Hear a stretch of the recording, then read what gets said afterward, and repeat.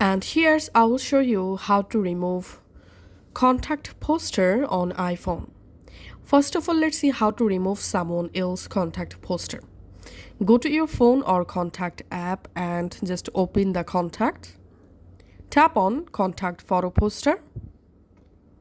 And here we can see this contact poster. Now just swipe to the top, tap on delete, and tap on done, and done once more. And this is how we can delete someone else's contact poster. And to delete your own contact poster, all you have to need, come to this contacts, and here tap on my card, tap on contact photo and poster, tap on edit, swipe to the top, tap on delete, and tap on done.